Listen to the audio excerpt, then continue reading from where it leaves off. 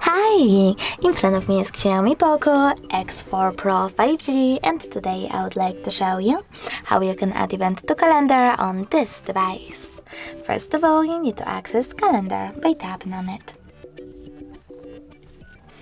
Now click on this icon at the bottom right corner and select Got It.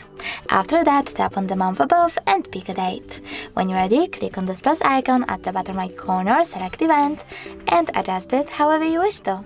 For example, add a title, choose starting or ending hour.